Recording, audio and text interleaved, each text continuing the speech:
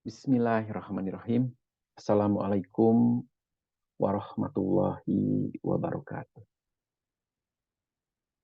Puji syukur kita panjatkan kehadirat Allah Subhanahu wa Ta'ala pada kesempatan ini, minggu kelima. Insya Allah kita akan kembali membahas materi perkuliahan minggu kelima. Saat ini kita akan mendiskusikan, yang tentunya saya akan membahas dulu materi kelanjutan dari minggu sebelumnya. Kita sudah membahas tentang ruang lingkup perilaku organisasi. Dimulai dari perilaku individu dalam organisasi, di mana perilaku individu ini akan membentuk perilaku kelompok yang berkontribusi terhadap organisasi. Dan berakhir perilaku organisasi itu sendiri. Hari ini kita akan membahas tentang attitude.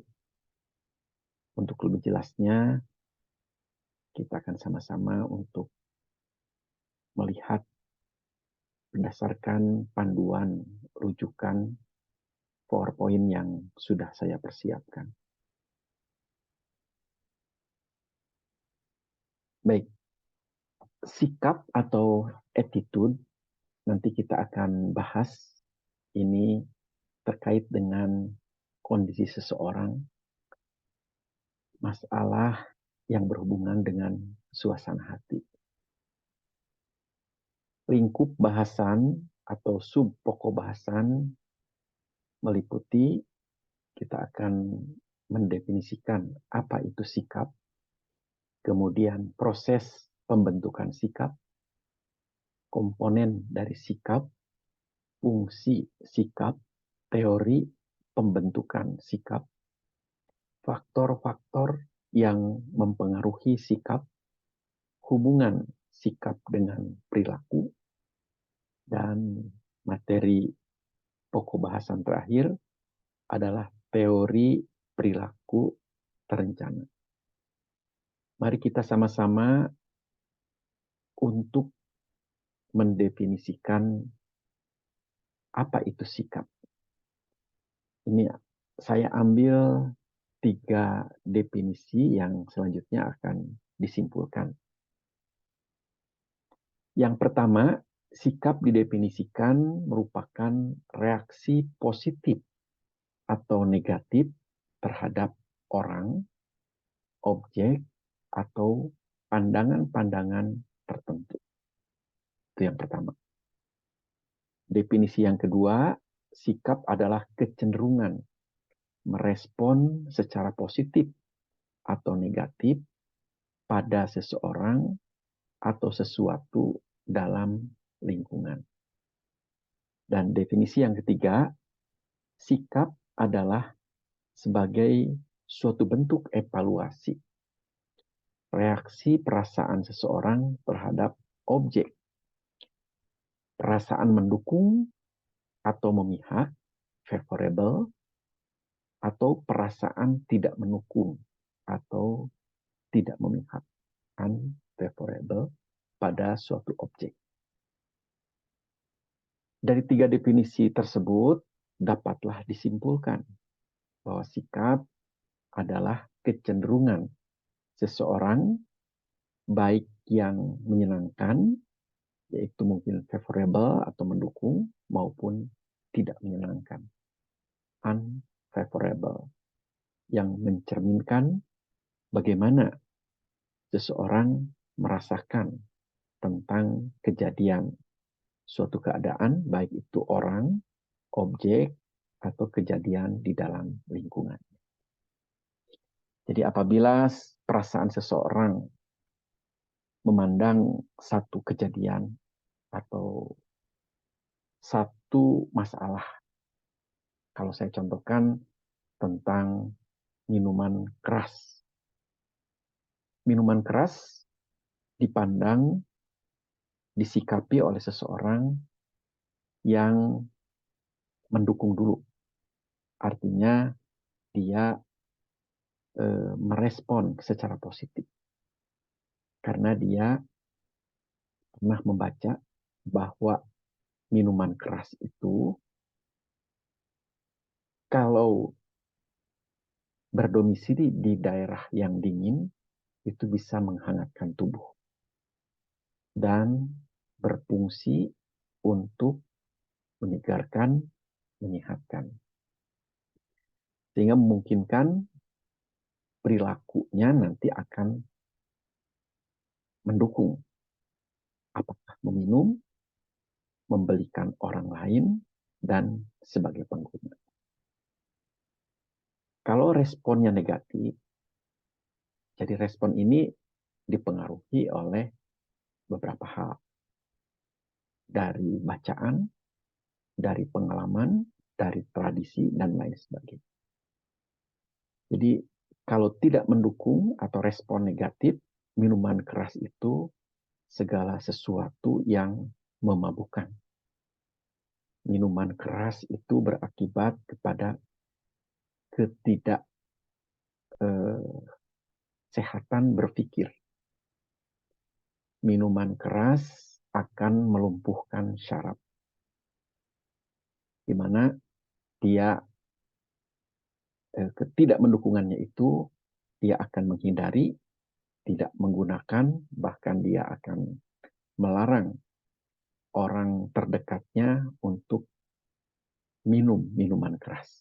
Bahkan dia akan mengkampanyekan bahwa minuman keras ini berbahaya. Kalau dirujuk ke agama juga, ini justru dia akan takut dan menolak mentah-mentah karena itu sifatnya haram. Ini kaitan kecenderungan merespon positif atau negatif.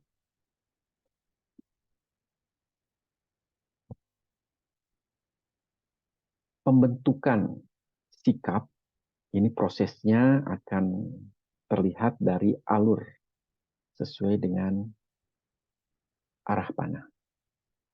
Jadi sikap terbentuk yang diawali dari mengamati orang, objek, atau fenomena yang ada di lingkungan.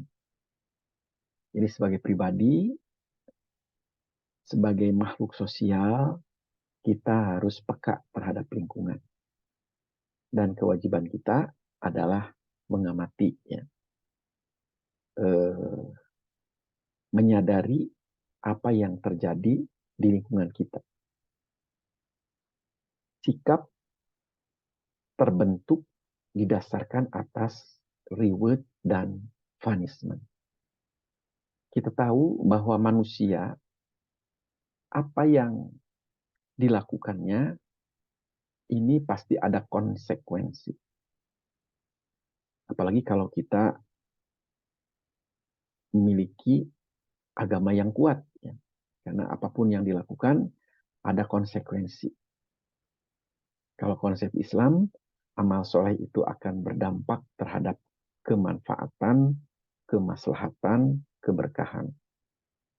Dan sebaliknya, konsekuensi negatifnya akan berdampak terhadap kesulitan, kehinaan. Ini merupakan punishment, ya. Jadi kita harus betul-betul berpikir dan menyertakan berbagai inspirasi yang memungkinkan tepat di dalam bersikap, dukung atau menolak terhadap orang, kejadian, objek yang ada pada lingkungan. Proses yang ketiga terbentuk dari asosiasi. Jadi pengetahuan, kemudian pengalaman, informasi, tradisi atau budaya, ini dikolaborasikan dan akan membentuk sikap. Kemudian fase keempat, sikap terbentuk didasarkan atas pengalaman yang sudah dialami secara langsung. Ini akan membekas dan menjadi sebuah prinsip. Dan yang terakhir, sikap terbentuk melalui pengamatan secara seksama terhadap perilaku diri sendiri. Nah, ini kurang lebih proses pembentukan sikap.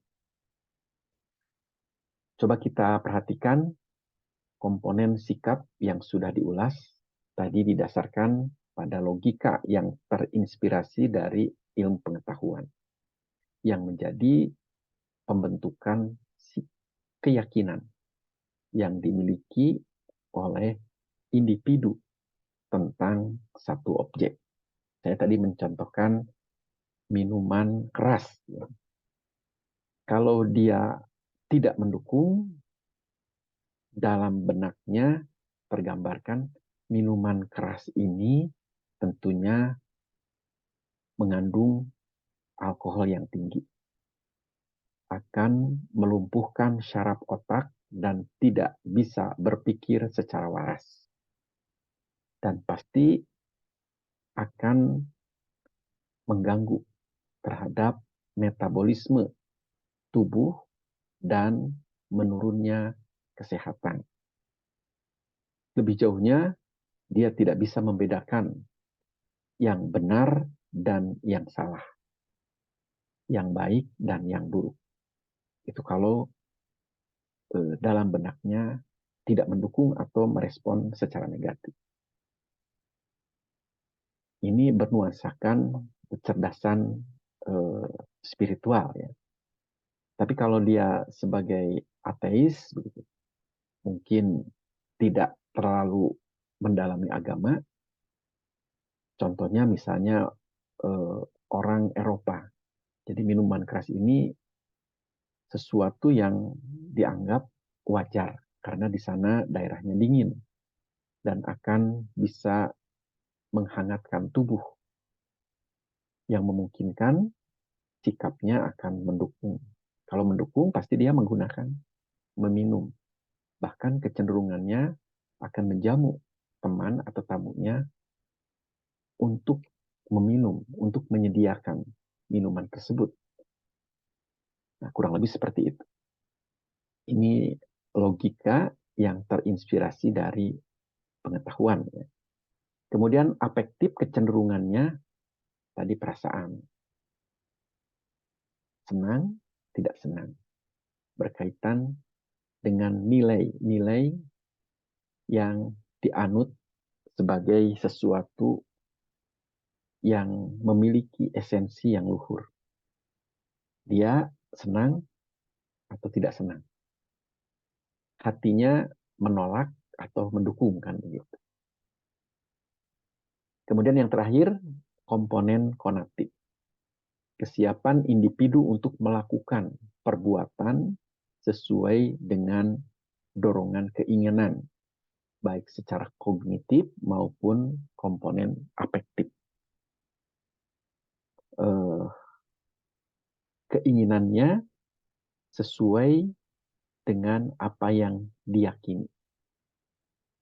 Melakukan perbuatan, mendukung atau menolak. Itu 3 komponen sikap. Selanjutnya, fungsi sikap. Ini ada 4 hal ya. Jadi fungsi utilitarian memungkinkan individu untuk memperoleh atau memaksimalkan reward dan meminimalkan punishment. Berdasarkan inspirasi pengetahuan yang dimilikinya, serta keyakinan, perasaan yang ada pada dirinya,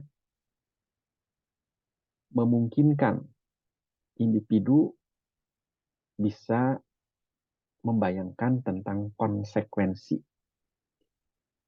Konsekuensi itu bisa berupa manfaat atau reward dan bisa berupa hukuman atau punishment. Mendukung atau menolak. Positif atau negatif, kan begitu.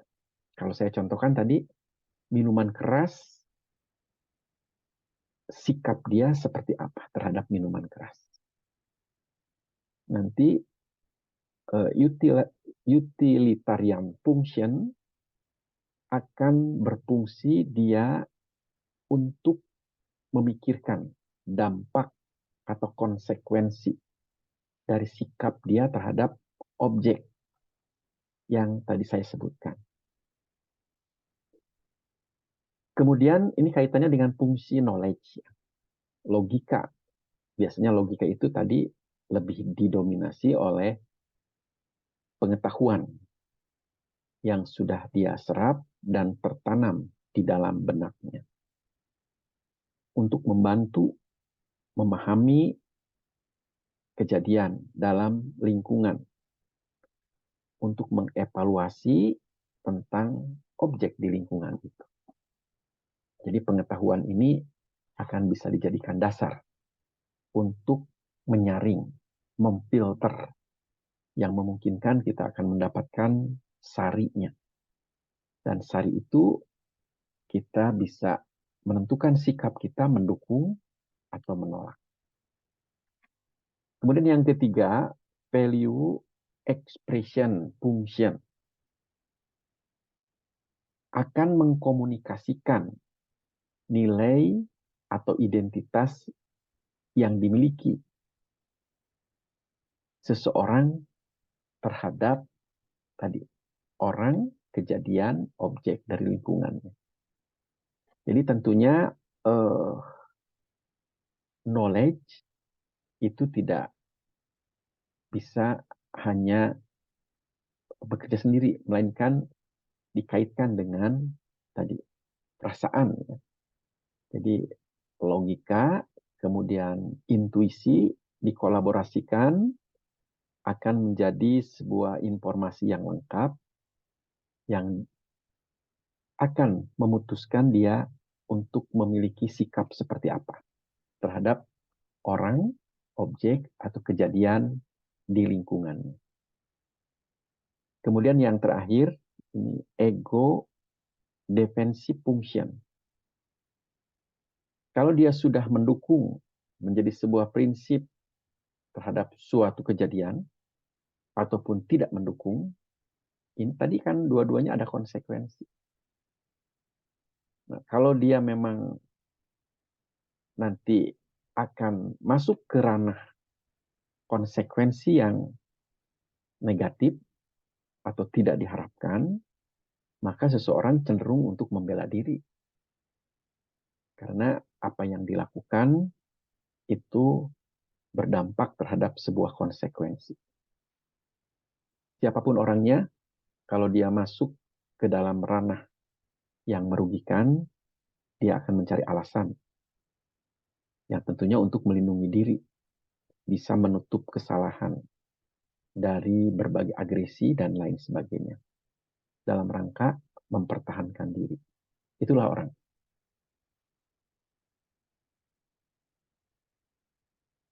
Kemudian teori pembentukan dan perubahan sikap.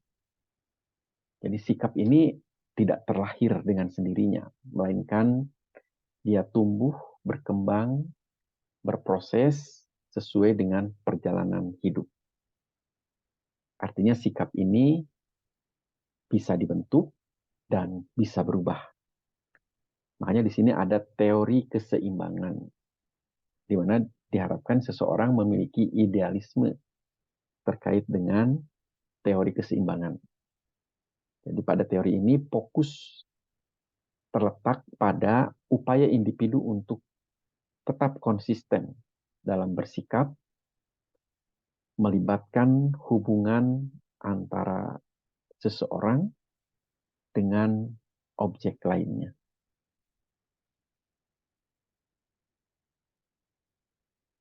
Ini konsistensi antara gabungan afektif dan kognitif.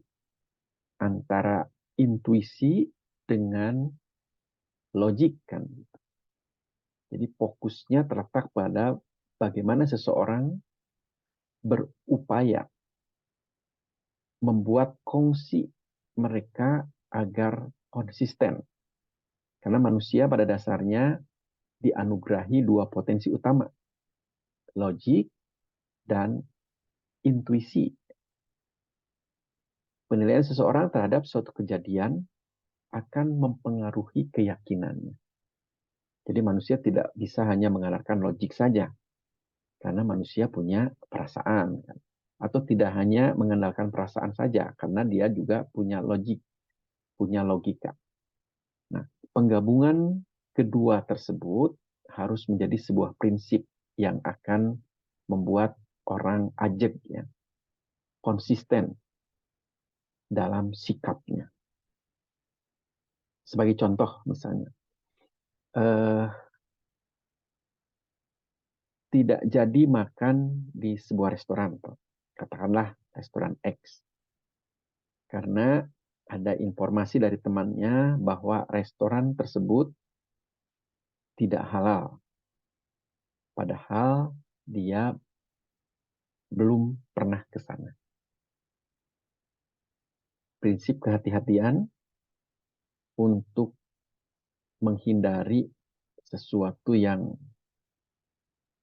tidak halal ini akan menjadi pertimbangan, sehingga dia sikapnya langsung menolak.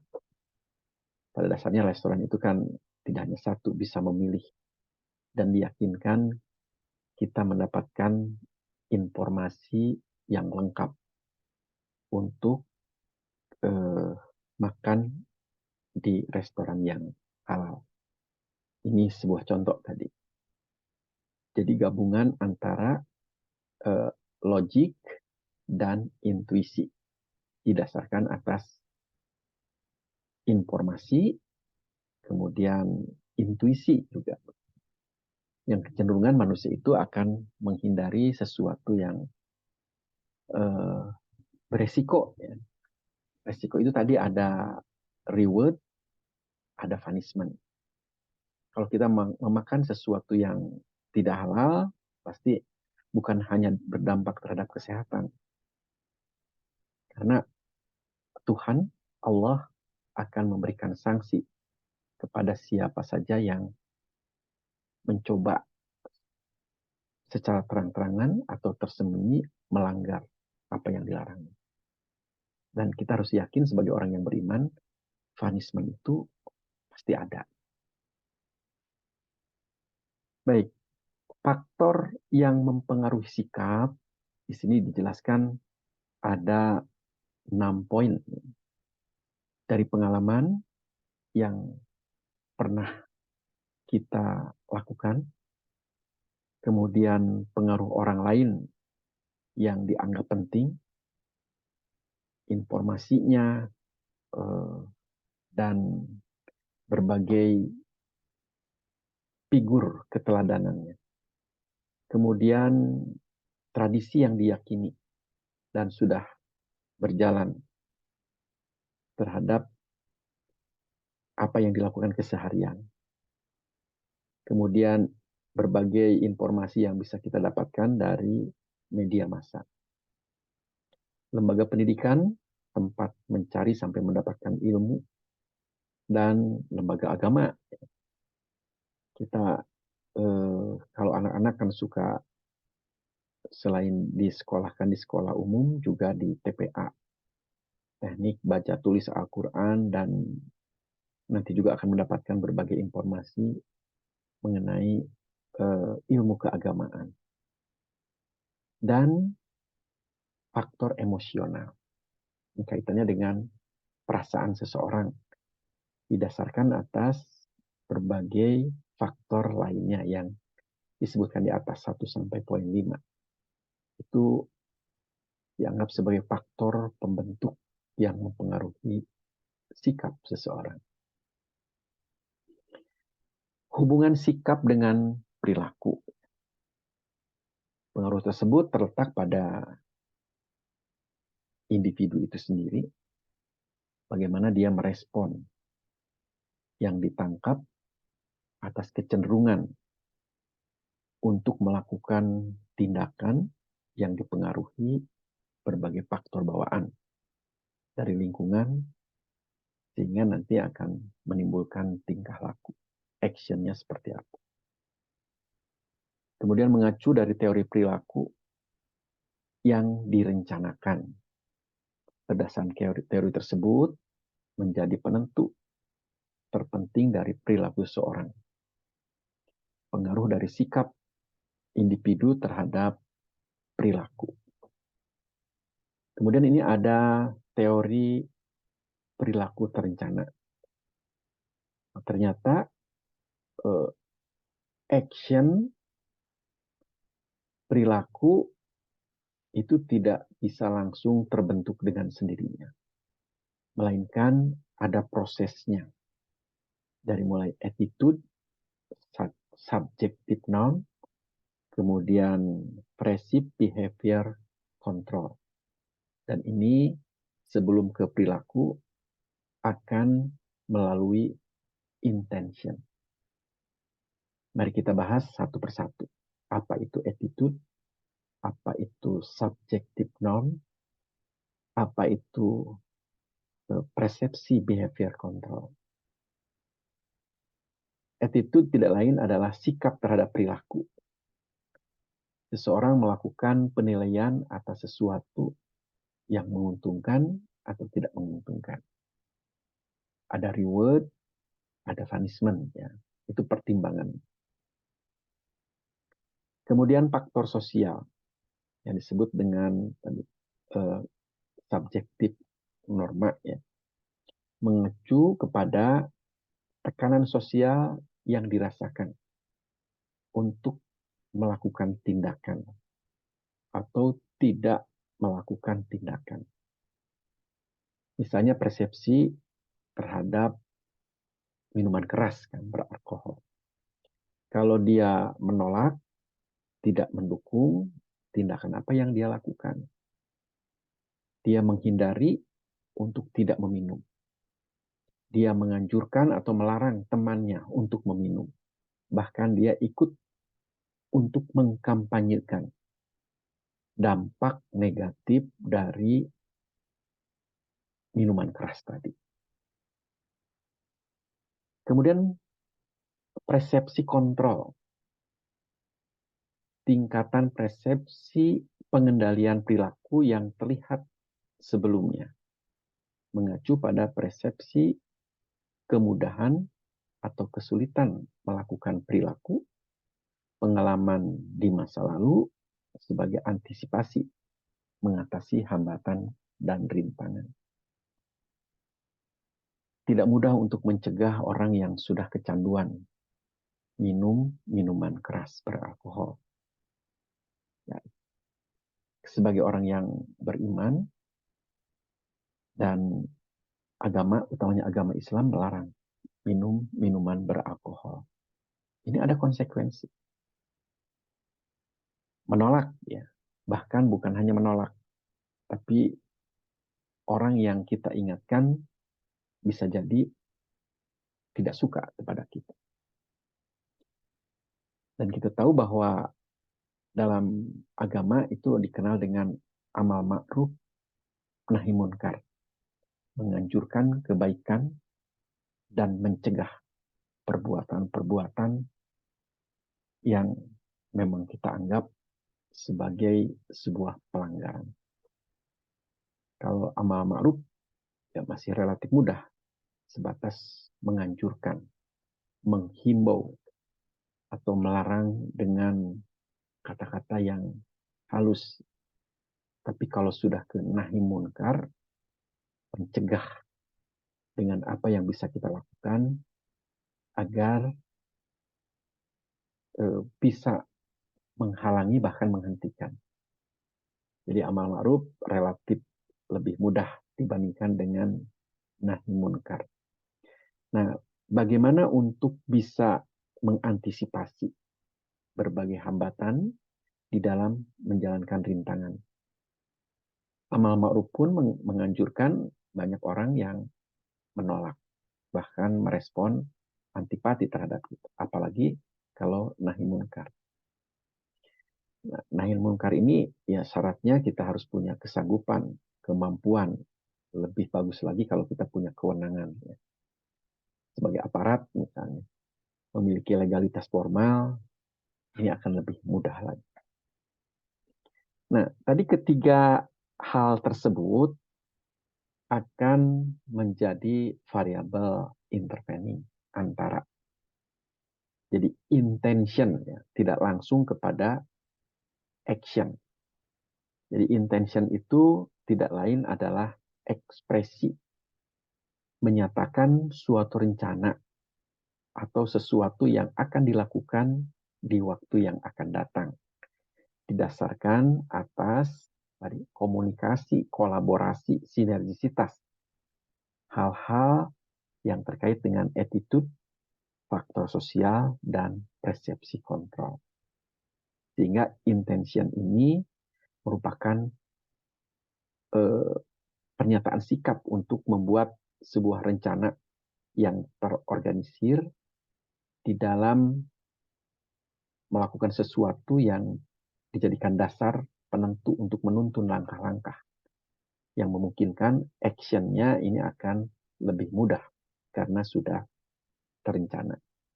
Kita tahu bahwa rencana ini merupakan sebuah konsep logis, tertulis, sistematis yang memungkinkan seseorang memiliki panduan, rujukan yang jelas untuk menuntun apa yang akan dia lakukan. Sehingga menjadi sebuah action ya, atau perilaku. Perilaku itu sendiri diartikan sebagai suatu aksi atau reaksi terhadap lingkungannya yang dapat diamati bahkan dipelajari. Demikian uraian singkat materi kelima terkait dengan sikap. Mudah-mudahan pertemuan kali ini menginspirasi kita semua agar apa yang kita bahas, saudara dengar, ini akan menjadi sebuah tambahan ilmu. Ilmu yang bermanfaat, ilmu yang bisa kita jalankan sehingga menjadi sebuah action, amal soleh, dan menjadi investasi amal ya. Subhanakallahumma wa bihamdika asyhadu an la ilaha illa anta astaghfiruka wa atubu ilaik. Wassalamualaikum warahmatullahi wabarakatuh.